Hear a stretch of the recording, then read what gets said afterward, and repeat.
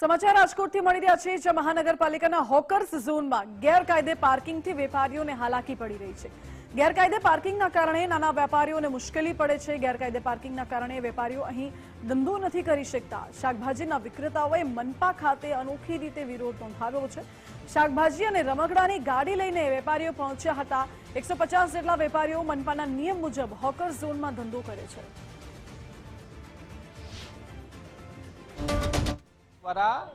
अलग अलग वोर्डनी अंदर वोकर्स जोनो तैयार करवामां आव्या छे। ए एटला माटे तैयार कर्या छे के ज्यां नाना वेपारीओ पोतानो धंधा रोजगार शरू करी शके अने पोतानुं गुजरात चलावी शके। परंतु कोठारिया रोड पर जे वोकर्स जोन आवेलुं छे ज्यां शाकभाजीना वेपारीओ छे ते परेशान छे तेनी पाछळनुं कारण छे आसपासना विस्ताરના રહેવાસીઓ।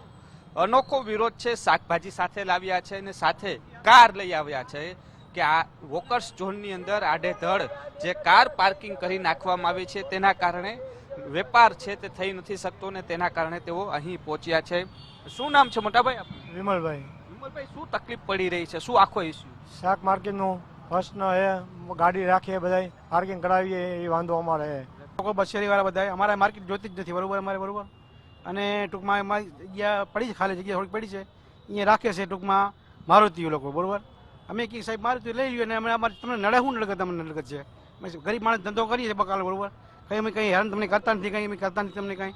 રાત પર 9 વાગે વહી જાય સાહેબ અમે એ તકલીફ તમને કંઈ અને આજુબાજુ વાળા એમ કે તમે આ માર્કેટ જ નહીં જોન માર્કેટની જગ્યા છે।